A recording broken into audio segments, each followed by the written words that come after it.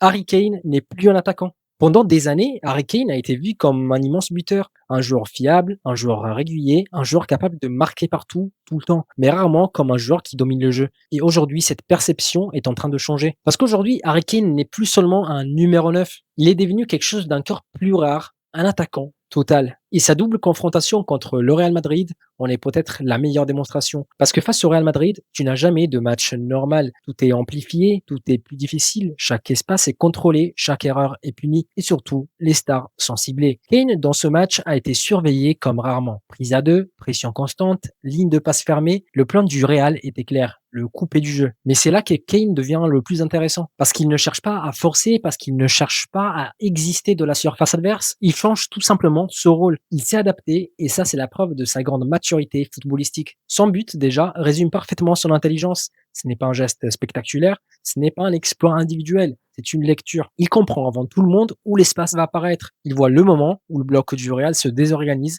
qui attaque la zone parfaite. Et il finit avec une froideur clinique. Ce n'est pas du hasard, c'est du timing pur. Mais si tu regardes uniquement ce but, tu passes à côté de l'essentiel. Parce que le vrai impact de Kane dans ce match, il est ailleurs. Il est dans sa capacité à structurer le jeu. À plusieurs moments, il descend très bas sur le terrain, parfois au niveau des milieux. Pourquoi?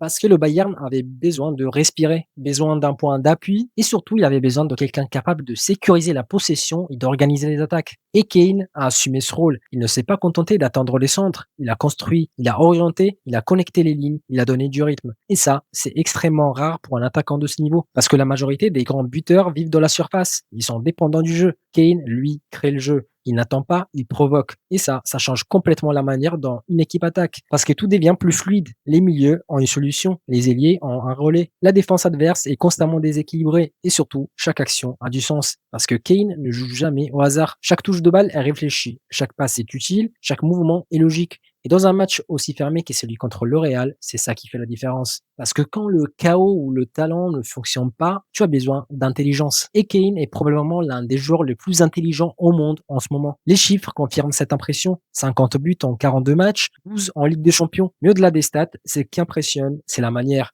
Parce que Kane ne fait pas que finir les actions, il les construit, il les déclenche, il les accélère, il les conclut. Et ça, dans le football moderne, c'est presque injuste. Parce que ça oblige les défenses à résoudre un problème impossible. Si tu le laisses jouer, il l'organise. Si tu le presses, il libère des espaces. Si tu le bloques de la surface, il décroche. Si tu lui laisses une seconde, il marque. Et c'est pour ça qu'au Bayern, il est devenu quasiment un totem. Pas juste un leader. Un vrai point d'équilibre, un joueur duquel tout s'articule. Et ça, c'est ce qui différencie un grand joueur d'un joueur qui change une équipe. Aujourd'hui, le Bayern ne joue pas seulement avec Kane, il joue autour de Kane. Et ça se voit dans chaque phase de jeu. Mais c'est ce qui est encore plus impressionnant, c'est son évolution. Parce que Kane n'a pas toujours été ce joueur-là. Il s'est transformé. Il a ajouté des dimensions à son jeu. Il a compris qu'être un grand buteur ne suffisait plus. Et aujourd'hui, il est dans sa version la plus complète. Physiquement prêt, mentalement stable, tactiquement intelligent. Il est arrivé à maturité et forcément, ça pose une question. Est-ce qu'on est en train de voir le meilleur Kane de sa carrière? Probablement oui. Et même plus que ça. Est-ce qu'on est en train de voir le meilleur attaquant du monde? Franchement, difficile de dire non. Parce qu'aujourd'hui, Kane ne se contente pas d'être décisif. Il rend son équipe meilleure. Et ça, dans le foot moderne, c'est probablement la définition ultime